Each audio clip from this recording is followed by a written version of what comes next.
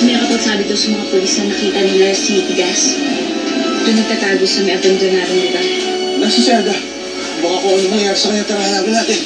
Ako to, Bessie. Ikaw yung babaeng tinutukoy ni Papa Amigo? May pakpak ka! Eh bakit naman sa'yo ang nanay ko? Pinabayaan mo yung nanay ko eh! Hindi na sa'yo siya! Hindi ako titigil hanggat hindi ko nahanap si Tigas. Yun lang ang paraan para mapatawad ako ni Miguel. Dito po ba nakatira si Orlando Sanchez? Oo, pero umalis sila eh. Papunta ata sa terminal may ihahatid. Baka maabutan mo pa sila.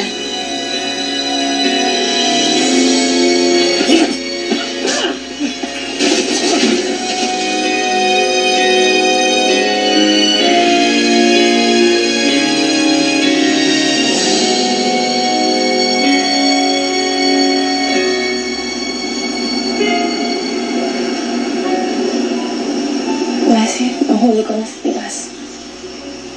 Dinala ko na siya sa presinto. Hindi lang ako nagpakita sa mga pulis. Alam ko, hindi sapat to para mapatawad mo ako, Bessie. Pero gusto ko malaman mo kahit sino pa ako. Kahit ano pa ako. Kaibigan mo ako.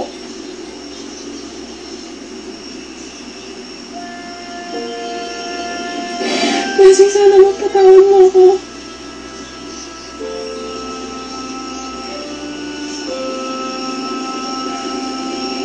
Bessie.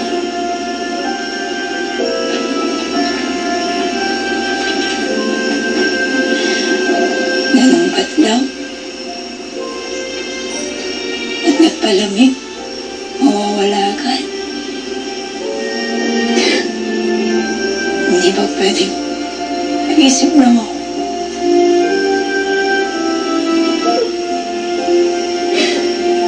Napatawad mo ako. Narinig ko kasi yung usapan ni Lolo Nando tungkol doon sa tumutulong sa kanila. May isang tao lang na magkilala kung may pakpak niya. Tapos, lalo kong po yung pumaling sa nanay ko. Matigas-tigas ko naman kung hindi na makakatawad. Diba? Alam mo naman, hindi kita patiis. Kasi mahal kita.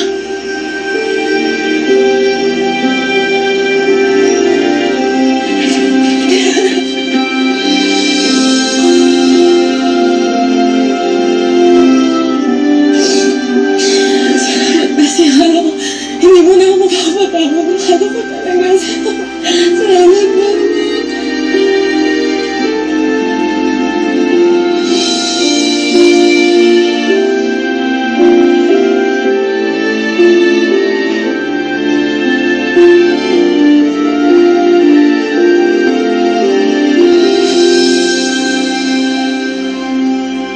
Tapos yun, nalaman ko na ito talaga ang tunay na pagkatao ko.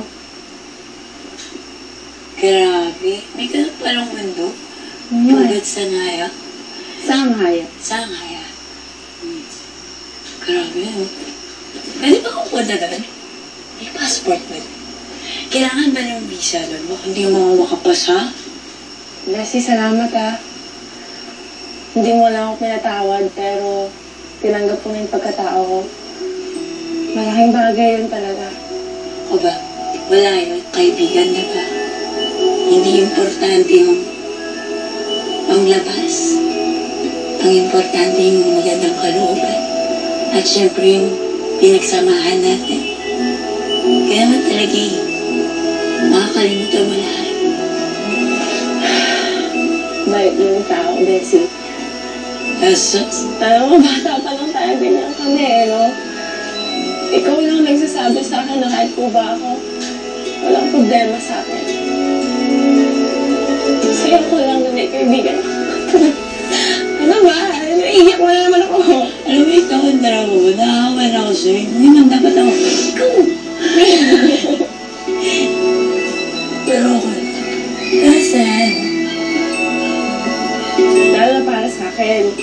Dati wala akong pagsabihan. Ngayon, nandiyan ka na. Alam mo na. Pwede na ako maging ako.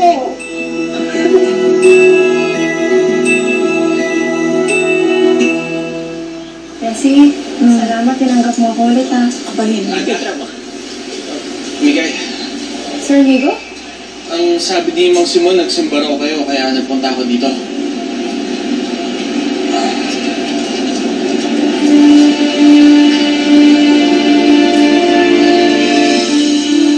Ay? Alam na namin yun. Ang ibig ko sabihin, narinig kasi namin sa presinto kaya alam namin. Ang sabi ko dito sa news, isang babaeng may pakpak daw naglalaki tiga sa presinto. So I'm sure, Adam, may ano ka tungkol dito. Buti pa nga yung kriminal, nakita na si Angel. Eh kung ako kaya maging kriminal na lang din kaya ako. Try ko kaya. Hindi, joke lang po. Hindi, joke lang. Seryoso ka, Sir Nigo? Hindi pa naman. Pero, hindi ko kasi talaga makalimutan yung kaibigan ng Angel eh.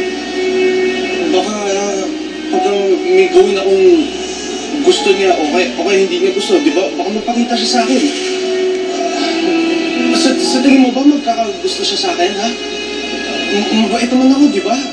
Sa tingin mo, magkaka-interest siya sa akin, maggugusto kaya niya ako?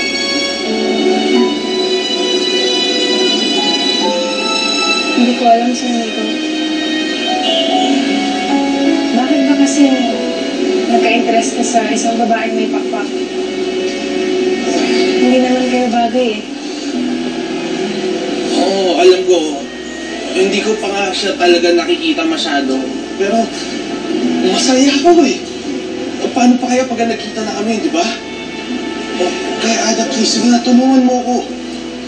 Ano bang pwede kong gawin para mapansin niya ako? Para magka-interest siya sa akin? To make her happy? Hindi ko talaga alam, Sir Nigo. Pero sa tulong mo, magpapakita siya sa akin. Sir Nigo, hindi ko po talaga kayo mapagbibigyan. Sige na, magdadasal pa po kami. Sige na, Ada, please. One time lang, tulungan mo ako, promise. Titigilan kita pag nagpakita siya sa akin. Sir Nigo, nasa simbahan po tayo. Susunod na lang tayo mag-isa. Please, one time lang. Promise, titigilan kita. Magdadasal pa po kami.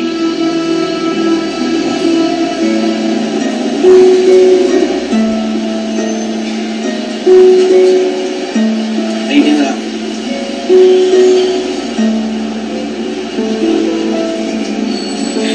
Ay, Papa Migo, nagsalamin ka pa. Di lalong hindi mo nakita yung nakaharap mo. Nasa harapan mo lang eh. Eto oh, ako. Siya pala. Ikaw. Halika na nga, kulit-kulit mo pa.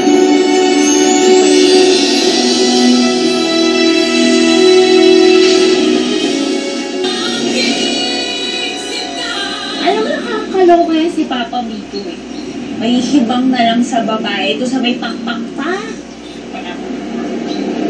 Ay, oo nga pala, Bessie. Ikaw rin pala yun. Ano kasi bibig ko? Bakit na ba kasi walang hinto? Ang daldal. Sorry, Bessie ah. Alam mo, akala niya siguro maganda yung babaeng hinahanap niya.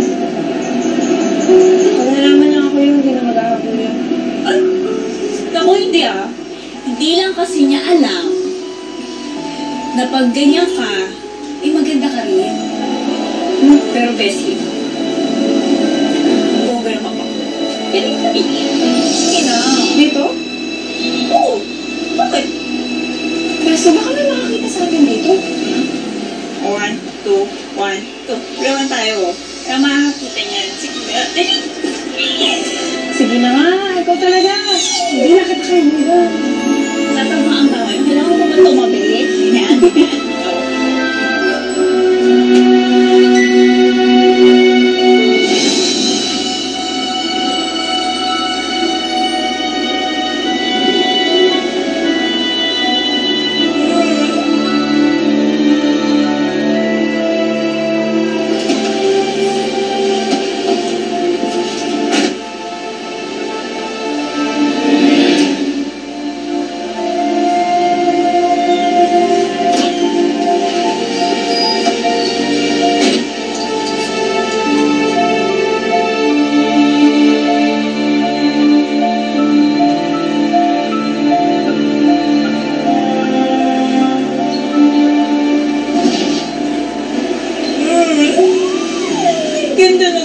Diyos mo, Bessie.